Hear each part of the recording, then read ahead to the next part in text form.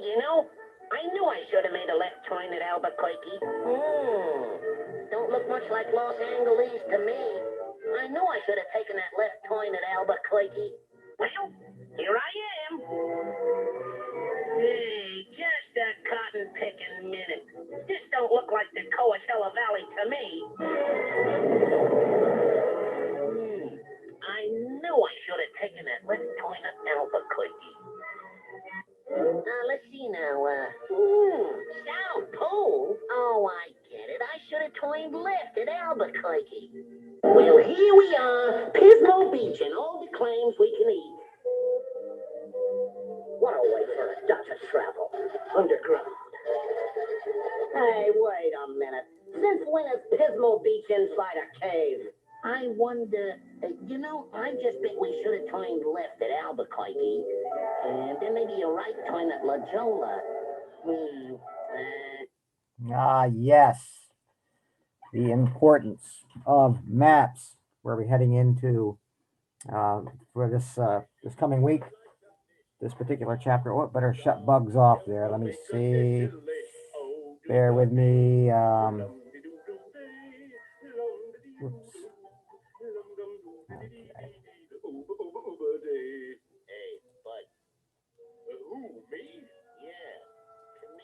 I knew I wanted to stay away from as much much of that as possible, but I couldn't resist.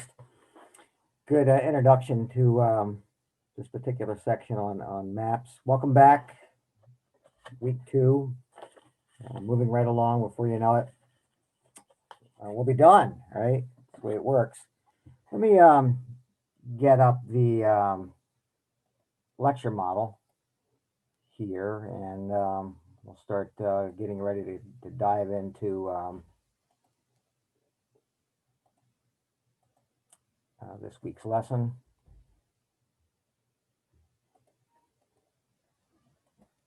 Okay.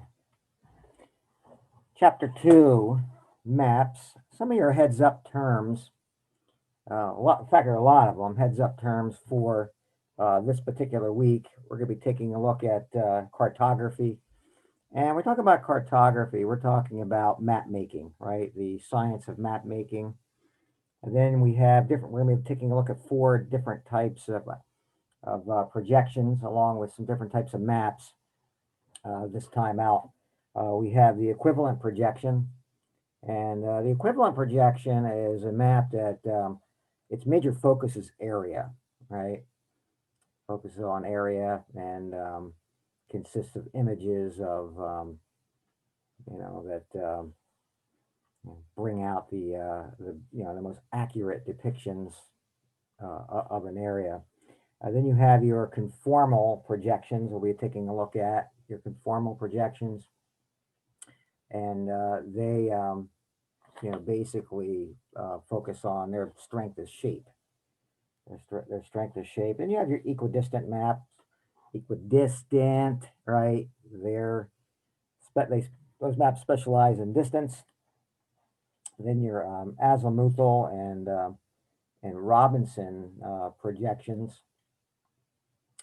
Your azimuthal projections and Robinson projections. They are basically there focusing on direction. All right, direction is the name of the game with those projections.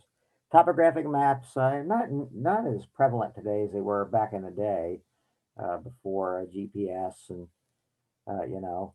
what like. But back in the day, when your parents and grandparents went to gas stations and AAA even, they would get topographic maps. When they were going to take a vacation, take a ride someplace, and would be topographic maps and Rand McNally maps and so forth. That's what they were.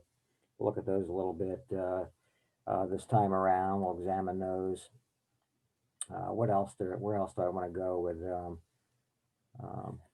with all of this? Aerial photos. Yep. Let's take a look at some aerial photos. The taking of the ground, right, from an elevated position. Satellite imagery. basically collects and consists of images of the Earth or even other planets. And remote sensing, right? Remote sensing, the detection of an object without ground contact.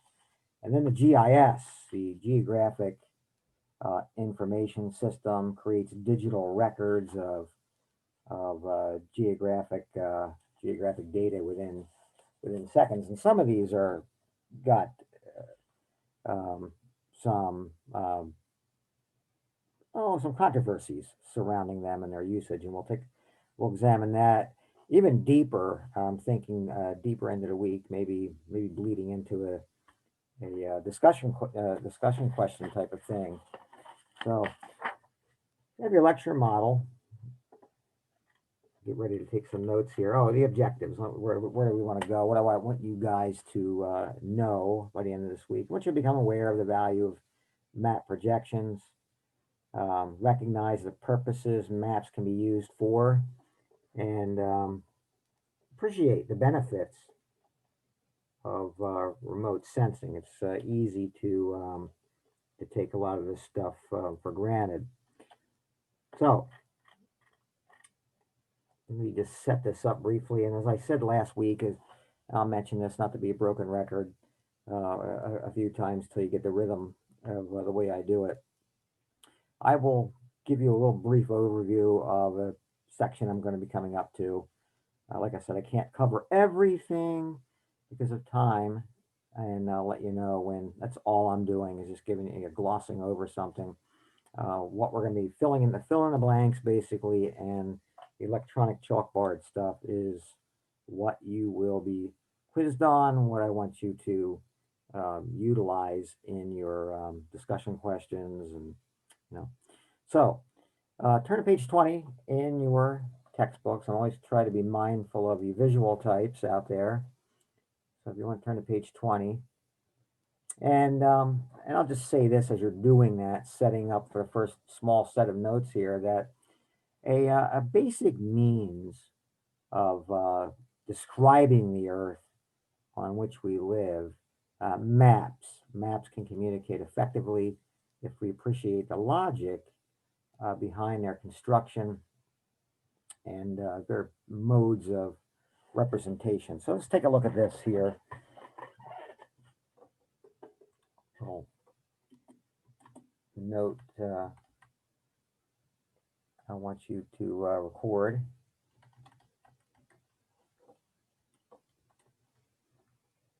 Talk about cartography, and this is the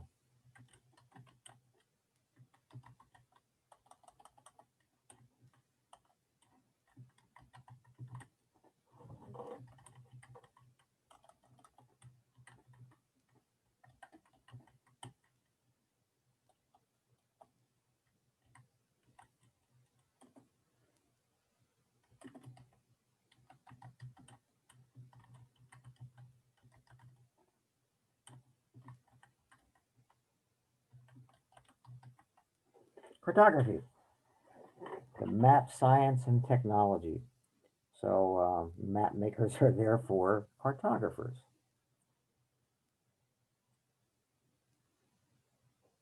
I'm going to start moving into some things that are probably more familiar to you, with a couple of interesting FYIs attached to them. And that's the artificial grid system. The artificial grid system is it's essential to locating points on a sphere, okay? And the grid system of meridians and parallels, or latitude and longitude, is the most common, but other systems are also important. So I've got some fills here.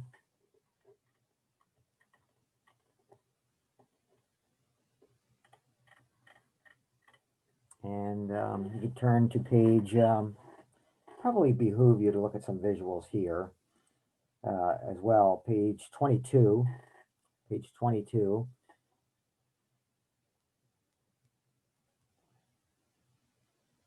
And you probably paused me to find those, so I'm thinking you're back. I'm going to assume you're back. Latitude is the distance north or south of the equator. Okay, look, I think it's figure 2.1a. You can see that visual. And it's measured in degrees 0 to 90 from the equator to the north and south poles. Read something I thought would be interesting. FYI for you folks here. Take a little break. We just started, but take a little break here from any writing. Describing the global locations and mapping both requiring knowledge, and I'm reading here, of the form of our planet and its features as early as 540 BC. I touched on this a little bit in chapter 1. Ancient Greeks theorized that our planet was a sphere. And in 200 BC, Eratosthenes, I had mentioned him, a philosopher, geographer, estimated the Earth's circumference fairly accurately. Earth can generally be considered as a sphere with an equatorial circumference of 24,900 miles. Okay, but the centrifugal force, the strains on it, caused by the Earth's daily rotation, bulges the equatorial region outward and slightly flattens the polar regions, forming a sphere that is called an oblate spheroid.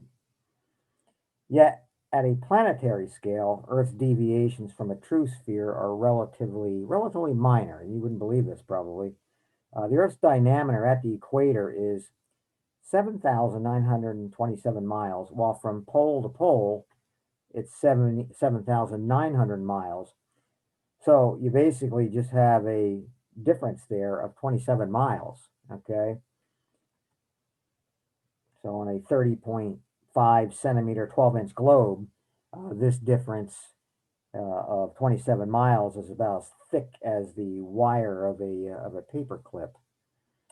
So the variation from a spherical shape is less than 1/3 of 1%, and is not noticeable in view of Earth from space, by the way.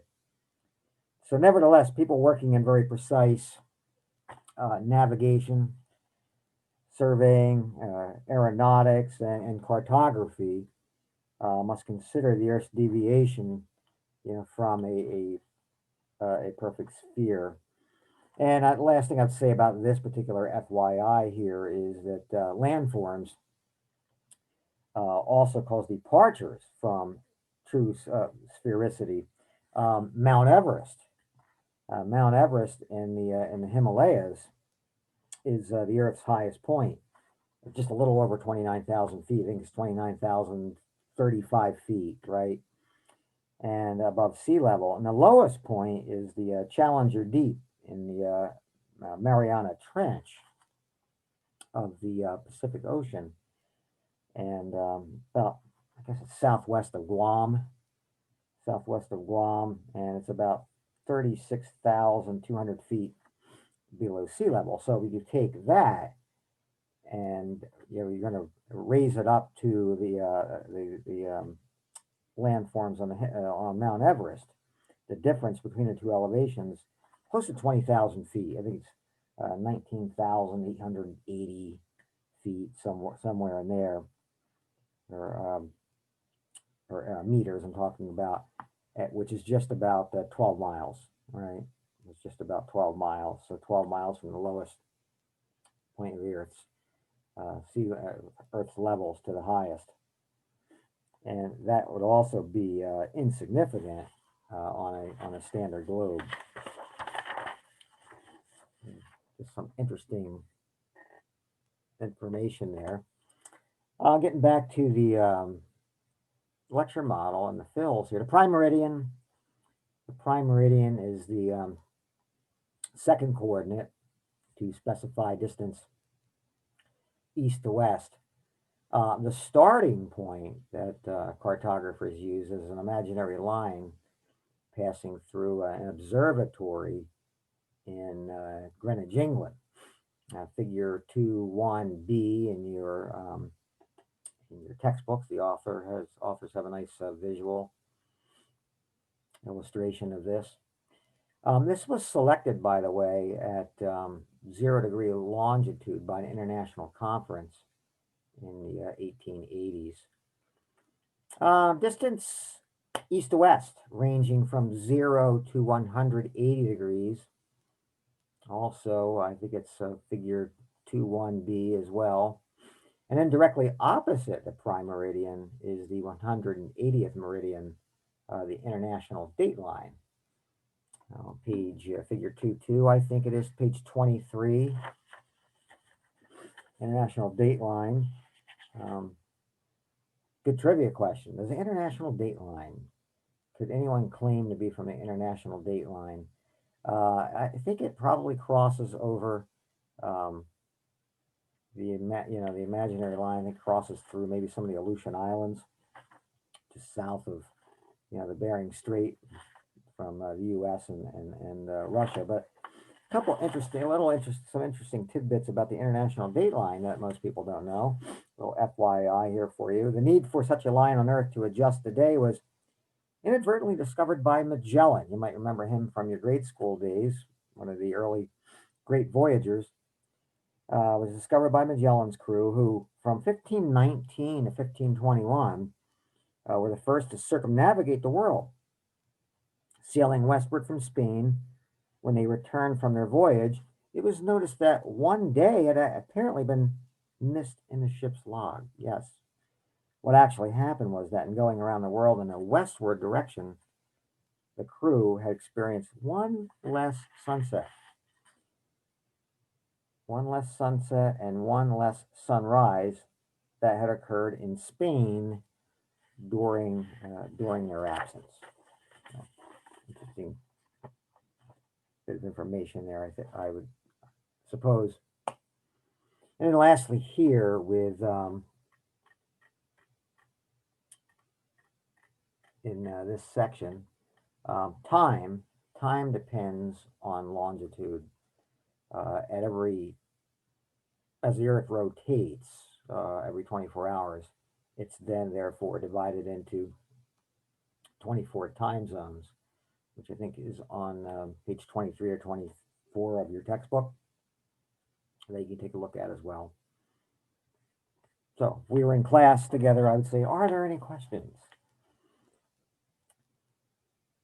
You guys know if you have them, you can always contact me. Now, I want to move now into the projections, the four major projections of map making, cartography. Let me set this up with a little brief introduction. Because the globe is not flat, that's the key. Some system of projection is necessary to transfer the spherical coordinates, if you will, to a flat surface. So because projection involves distortion, the cartographer must evaluate the intended use of the map to determine which projection to use. Area, shape, distance, and direction are distorted in different ways and to different degrees by each projection. Right? And there are three types of projections, which I'm going to leave here, but I'll just mention them here. The cylindrical projection, the conic, and the planar. And they can be thought of as being constructed by geometrical techniques as well. But let's dig into this here. Let's give an X-ray into all this, and we're going to be doing some fill in the blanks here. So you're going to need to know this on next Monday. Turn to page for some important visuals of these. Turn to page 25. I think it's page 25, figure 2.5. And we'll look at figures A and B here.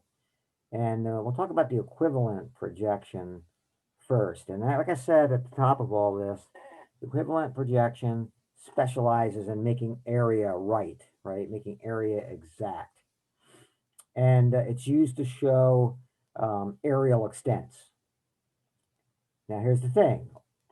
Because of the spherical coordinates, you can make some focuses, some features exact, but you're going to be distorting other, other factors of the cartography process, and trying to make everything exact. So where the equivalent projection, gets the area funneling out right and used to show aerial extents, they tend to distort regions. They tend to distort regions. And they're used to present regions accurately to what they are on Earth. They're used to present regions accurately to what they are on Earth. They attempt to do that. And they're used to show aerial extents of some kind of phenomena.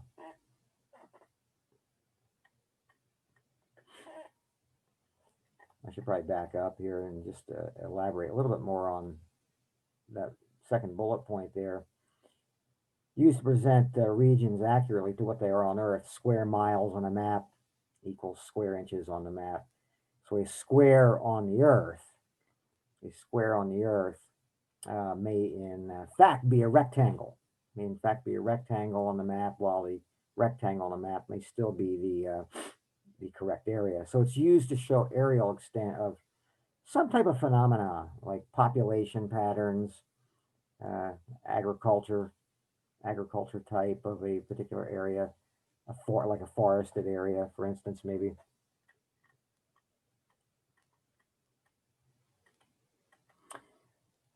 The conformal projection, that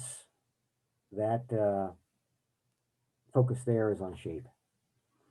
And you could turn to bottom of page 26, figure 2.5, and you can see the Mercator projection. And the Mercator projection makes regions and features look right and have correct directional relationships. It makes parallels and meridians each cross each other at right angles, and the scale is the same in all locations.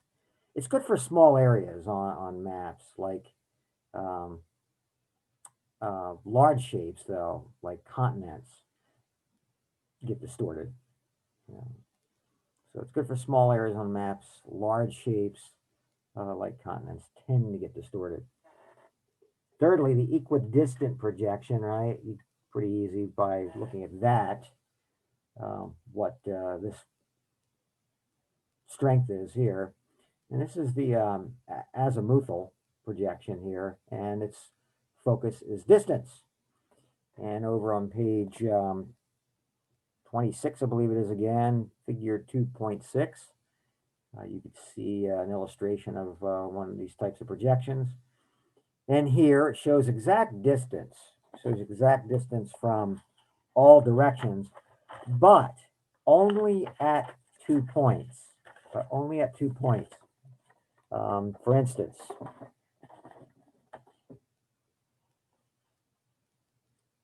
all the other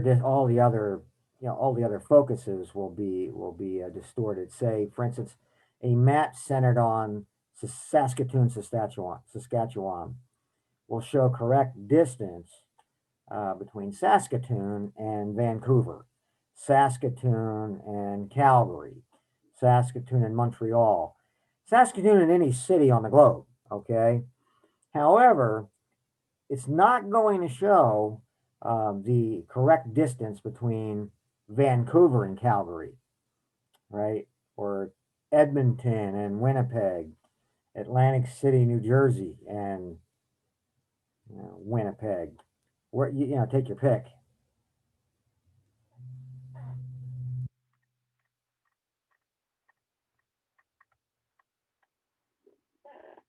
Lastly, the Robinson projection. The Robinson projection, page 27, figure 2.6. And the Robinson's projection strength is direction. Okay. Focuses on true direction from one central point. Focuses on true direction from one central point. It's a compromise between equidistant, conformal, equal area projections. It's a compromise of the three former projections we looked at. So what will happen is it'll allow distortion in one area in order to improve another. So it'll distort elevations in order, for instance, maybe to improve the size of continents. But here's the big picture, and this looks like a good quiz question. The big picture is because of the shape of the Earth, you're going to get, one's going to get distortion, okay? That's a big picture. Okay, I keep wanting to say, do you have any questions? But I can't, I'm not going to get a response if I do that. I want to start moving now into topographic maps. And again, a little brief introduction to that. Topographic maps provide a wealth of information about both natural and cultural landscape features. Although the main concern with the topographic map is elevation as represented by contours. And figure 210 on page, maybe is it page 11? Page 31. Figure 210 on page 231 has a map of contours, contour lines. But they're published at several different map scales. So topographic maps, they have many uses. Aerial photography and the use of global positioning systems like GPS. And you can see that over on page, illustrations of this on page 38. They tend to supplement traditional surveying and gathering data for topographic maps. Let's go to the electronic chalkboard. Topographic maps.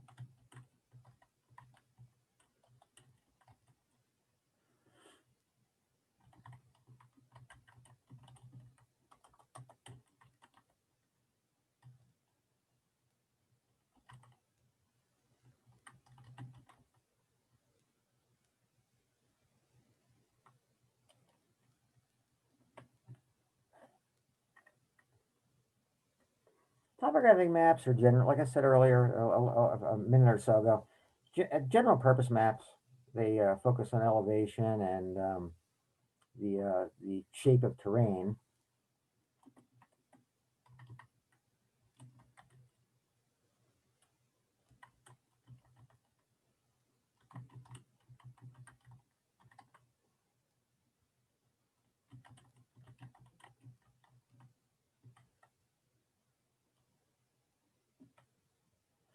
They're very accurate on surface features in small areas.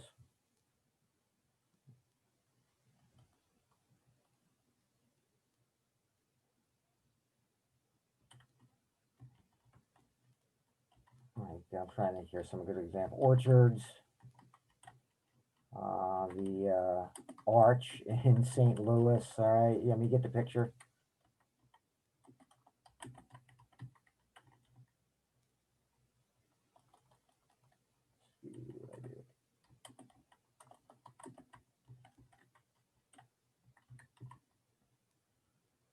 All right.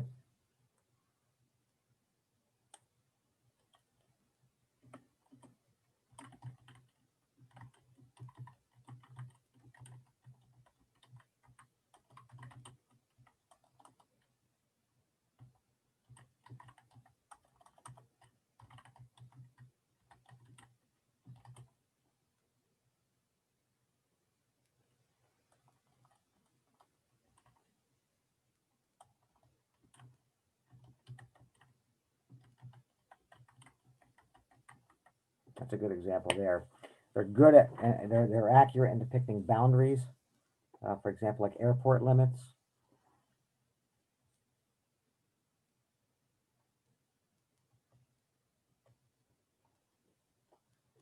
And get into map distortions. Talk about map distortions. Maps are basic to the study of spatial patterns, and different techniques are used to record the number of objects at specific points in given areas or along certain lines. You have, and you can turn to, I'm not going to go into detail with these types of maps, but over on page figure 213 on what page number that is there. I think it's around page 31, I believe, figure 213, figure 214, we'll take a look at as well. You have maps with, and you'll see the maps there, dots, proportional circles, and three-dimensional symbols are common ways of indicating ways of highlighting quantities at given points. Figure 211, you have your choropleth maps there. You can see those for variations over areas. Those types of maps show how the amount of a phenomenon varies from area to area using contrasting colors or contrasting patterns. Then you have examples of map lines that denote numerical values like isolines and flow lines. And your map on figure 213 or 214, I believe, yeah, maybe it's 214. You see your line symbols there, flow lines, and so forth. Again, just to give you a little flavoring here of some of the different types of maps. Well, I was telling you we're going to look at map distortions, and that's what I'm going to do now. I'm going to go back to the electronic chalkboard, and maybe I should bold this.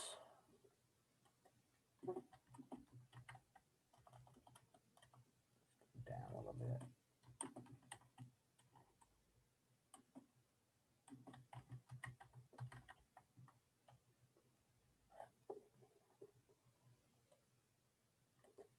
Yelling at me. Maybe he wants me to tap that. Okay. Map distortions. No. Oh, I know what the problem is there. Oops.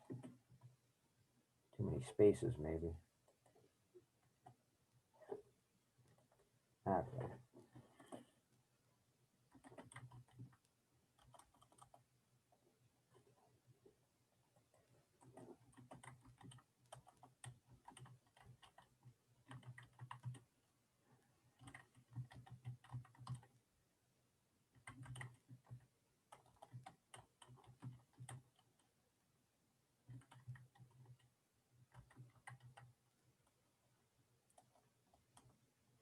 Maps. There we go. And this looks like a good quiz question.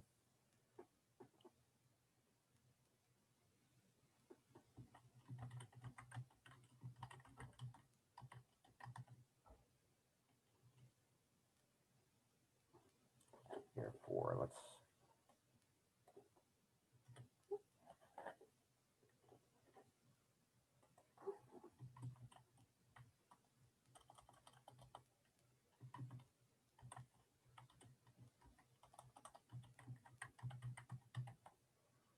So it's imperative to remember that all maps are distortions of reality, and they therefore can be distorted.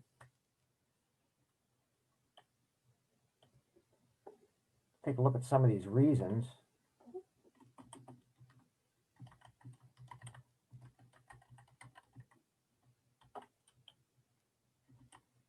First one is ignorance.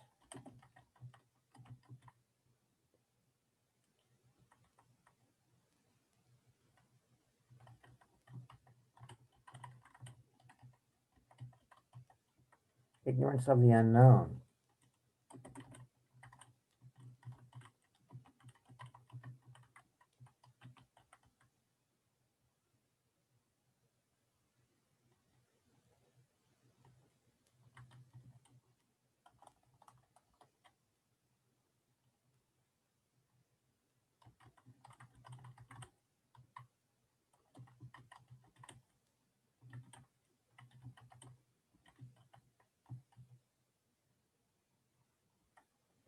I mean, most of the science was being learned kind of as they went along, right, in the early days. So we can kind of forgive the early cartographers for, for the distortion.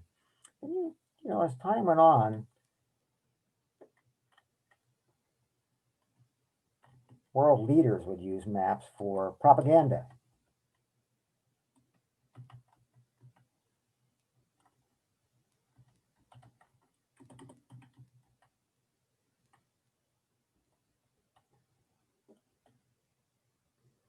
The Nazis and Nazi Germany and your authors have. I need to get that. Let me get that down here. Your authors have a well. If it wasn't such, if the Nazi regime uh, wasn't so terrible, this would almost be funny. Figure 215, yeah, the Nazis who ruled Germany from 1933 to 1945 used maps as tools of propaganda, and they to increase sympathy for Germany. I'm kind of reading out of the cat. Your authors do a nice job of including this. Uh, to increase sympathy for Germany by showing it's being threatened by encirclement. So poor Germany, right? Figure 215. And then military and intelligence gathering.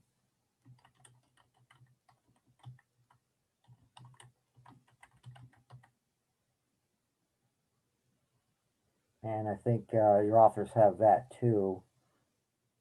Illustration of that on page 35 as well. Yeah, what would happen there is back during the Cold War, the U.S. would be, for intelligence reasons, getting, you couldn't just fly over, into the Soviet Union, not easily.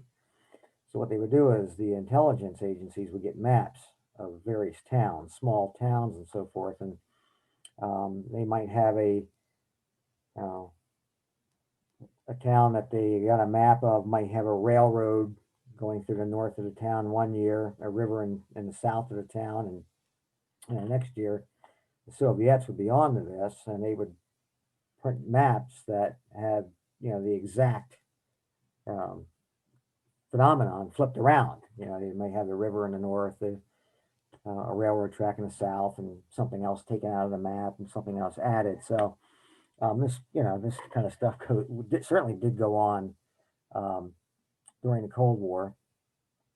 It's probably not as easy to do that today with with modern technology, but back in the day, a little different story.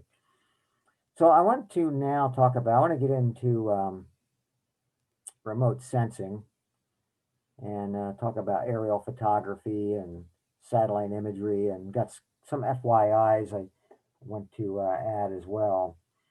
Let me set this up here. Aerial photography is one method of remote sensing. Two other methods are non-photographic imagery, such as that provided by thermal scanners and radar. And then you have satellite imagery. And among the advantages of remote sensing are speed and accuracy, of course, right? So the ability to map otherwise hard to survey areas, and the option of gathering data during nighttime as well as daytime. So in addition, all this remote sensing technology, it can be recorded both visibly and invisible. visible wavelengths, invisible wavelengths of the electromagnetic spectrum. And thus identifying what that does, it identifies characteristics that might not be obvious to the naked eye. Let's take a look at this here. Remote sensing.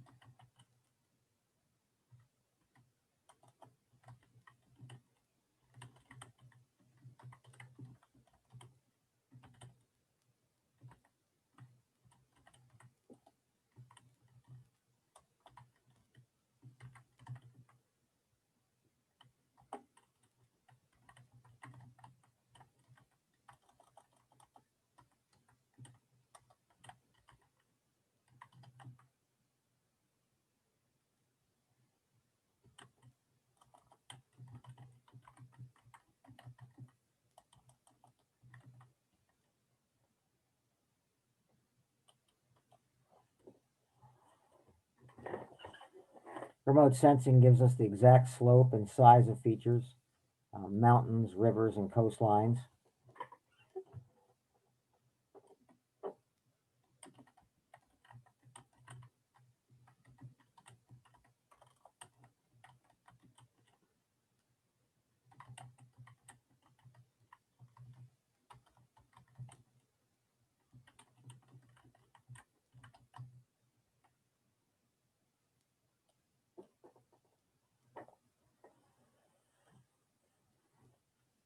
Millions of square miles can be surveyed in a short period of time.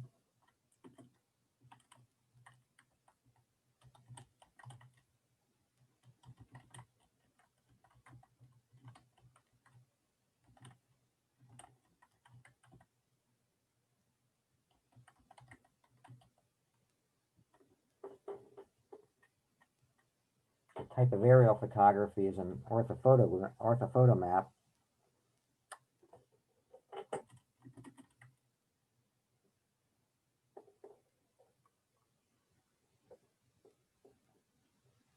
Ortho, yeah, spelled that right. I don't know why it's yelling at me.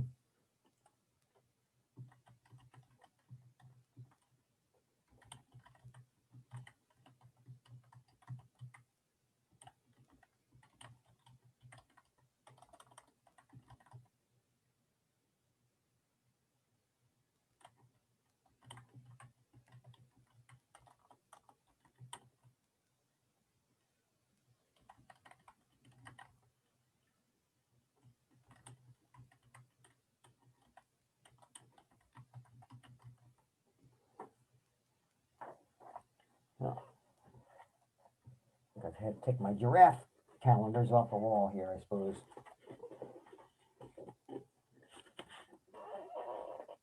Bumping into them. So it specializes, the orthophotographic maps, they specialize in forest management, soil erosion, studies on pollution. City planners love them.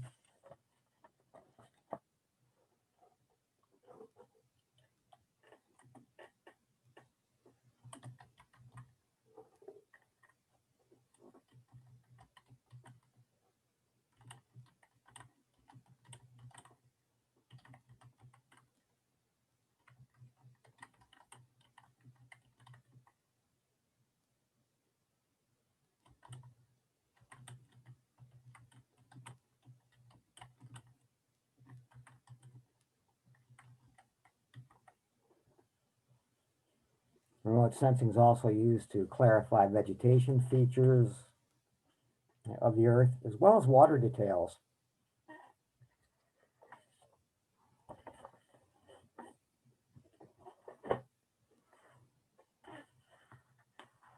Just a couple of FYIs here on aerial photography and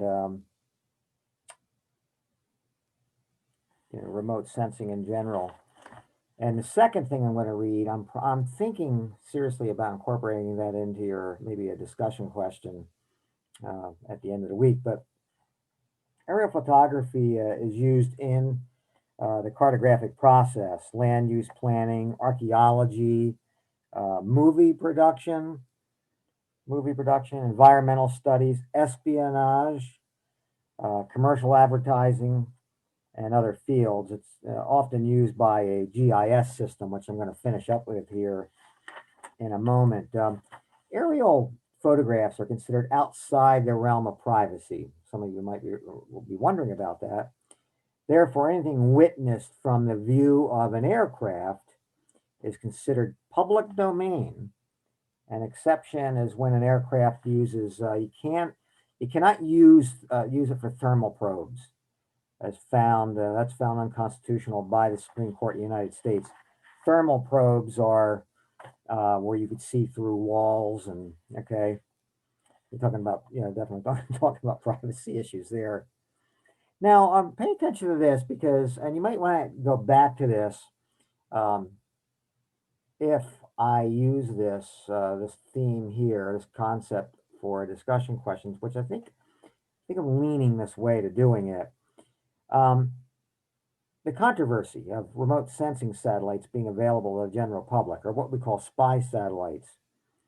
The government sells images to buyers, and it detects and records objects on the ground as small as something 1 meter wide, cars, hot tubs, houses, okay, and they contain up-to-date information.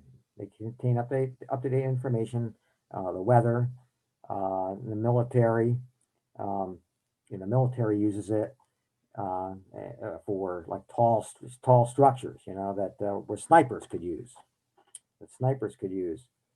And it allows them to the military to get a head start on possible ambushes. So this is good, right? This is good. It's great for geologists and city planners, which I had mentioned, and disaster relief officials as well. Because they point out things like environmental law, they monitor arms control agreements, and they track illegal refugee movements. These are all really good things. Now, the concern is something you'll have to factor in as well with a discussion question. The concern is who's using this? Who's using this, and how is it used?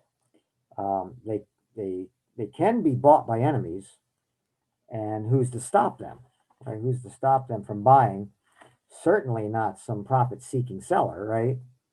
And then it could be turned around and used to track the U.S. military. Terrorists can use it for surprise attacks. So, I mean, there are restrictions. I mean, someone might be asking, well, are there restrictions on this? There are restrictions. There are restrictions on it. I mean, there's certain countries that we cannot sell to. But who says that someone will not do that? Okay.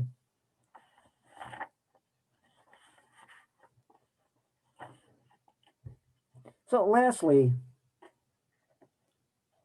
General Information System, GIS. In recent years, computers have become, right, an integral part of almost every stage of maps, right, map making cartographic process. So a General Information System, the GIS, is a tool for assembling and storing, manipulating, analyzing, and displaying all this data, all this geographic data on a computer. And its major components are the geographic database, or the digital map data, we call it. And this is basic hardware to store and retrieve the data, and the associated, computer software. So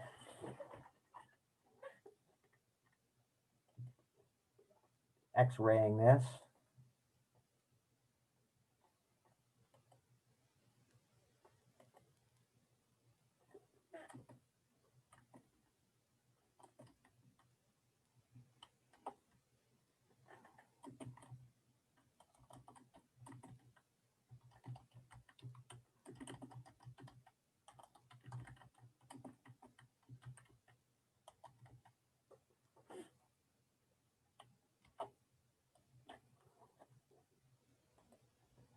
GIS, the Geographic Information System,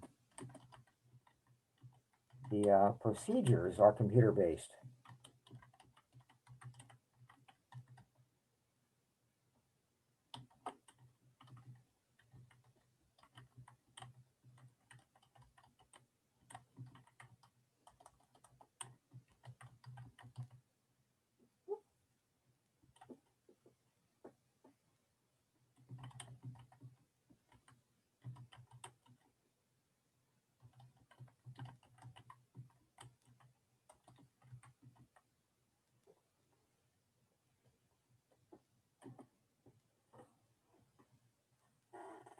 Used for assembling, storing, altering, and analyzing geographic data.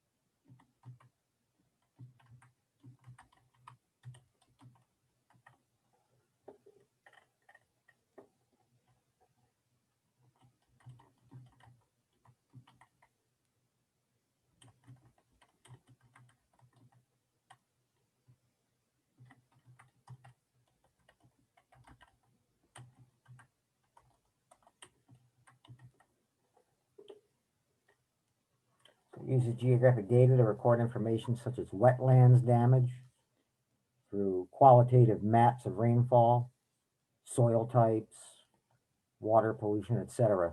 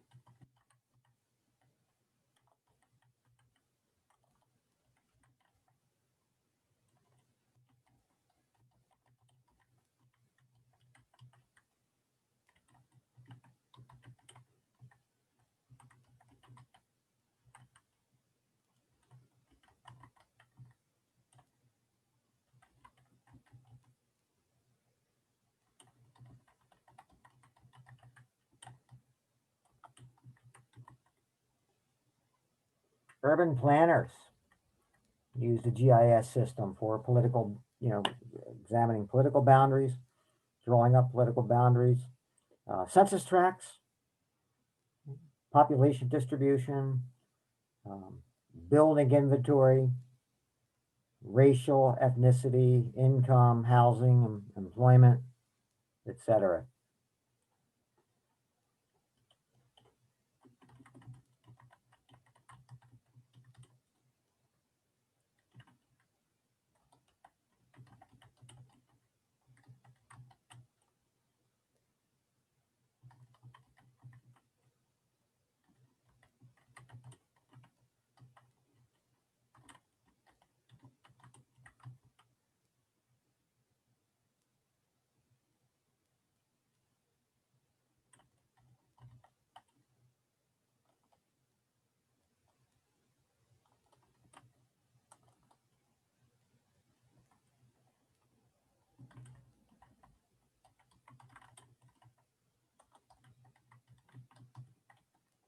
Computerized map making system, it revises existing maps to update them.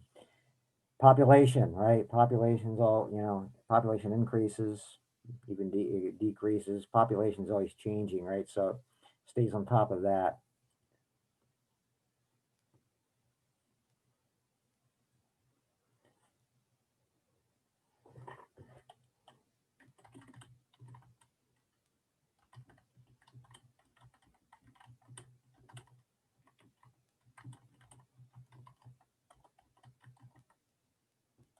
It deserves an exclamation point. They can produce millions of facts in seconds. There's like decimal degrees, GPS, GIS, GIS, Google Earth. They handle these decimals much more readily than degrees, minutes, and seconds. And some systems require decimal locations. So many computer systems, as a result, use decimal degrees without the north, south, east, west letters to indicate those cardinal directions. So if you have your graphic organizer, you might want to get that out. We'll just recap, and then we'll talk about what's up ahead this week. This week we're looking at maps, and we looked at cartography, right? The map making process. And we looked at the artificial grid system. We looked at latitude. Latitude are the parallels, and that measures distance north to south, 0 to 90 degrees. Prime meridian is the second coordinate that measures east to west. Your international date line, time depends on longitude with a 24-hour rotation. The imaginary line, 0 degree longitude, that's your meridians. 0 to 180 degrees east to west. This was the international date line. Magellan didn't discover any imaginary lines, but the fact that time was being lost heading west, discovered, we talked about, by Magellan kind of spearheaded that process in map making. And an international agreement set standardized time zones in Greenwich, England. Meridians,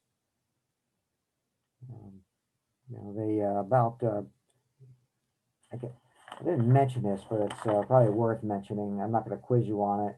1 degree meridian going east to west is about 69 miles, right? About 69 miles.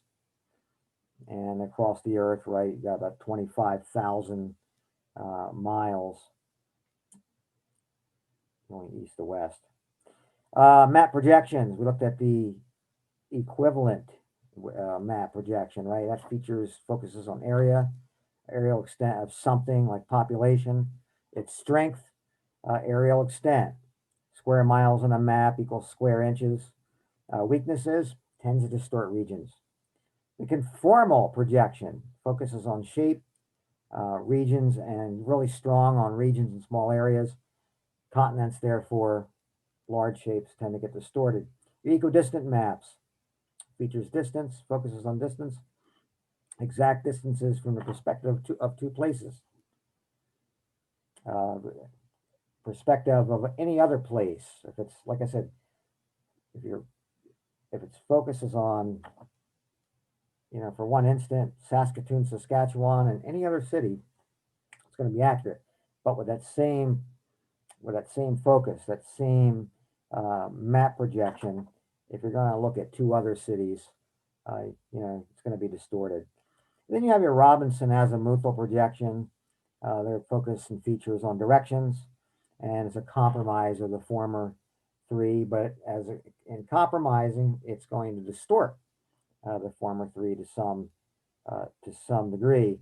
Then you have your general purpose maps, right? Topographic maps, accurate on surface features in small areas. Map distortions, because of ignorance in the early days of cartography. Propaganda, right? Because of propaganda, countries want to angle for their agendas and get public opinion on their side. And then military, right? Military, they do it for intelligence reasons. Looked at remote sensing in this lecture, exactness of slope and size of areas. Millions of square miles get surveyed, and it does things like clarify water and vegetation detail. And then your geographic information system, right? Computer base, assembling data, storing it, altering it, analyzing it, records spatial information, wetlands damage, qualitative maps and rainfall maps, soil type maps, water pollution. Urban planners like it, drawing up political boundaries and census tracts, population distribution, building inventory, etc. Okay.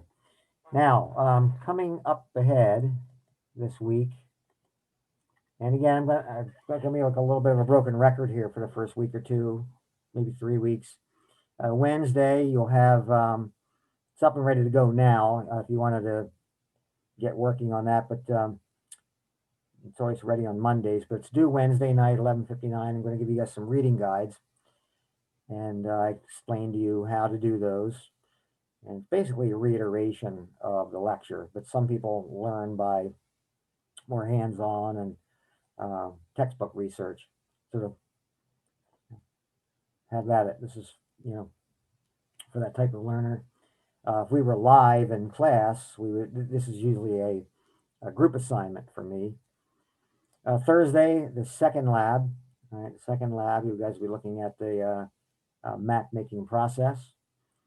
Friday, your first discussion post at 11:59 will be due. And then Sunday, your 2 response posts. Be looking at the rubric, right? If that was a problem with the first set of discussion questions, you're going to need to look at the rubric to see how to do those correctly. Monday, the chapter 2 quiz will be available all day up to 11:59. And also that day, your lecture and lecture model for chapter 3 will be due, and that's physical geography. Physical geography, we're going to be taking a look at landforms. We are in this science section of geography, and the section that when I ask the question, what is geography? These are the areas that people think of first.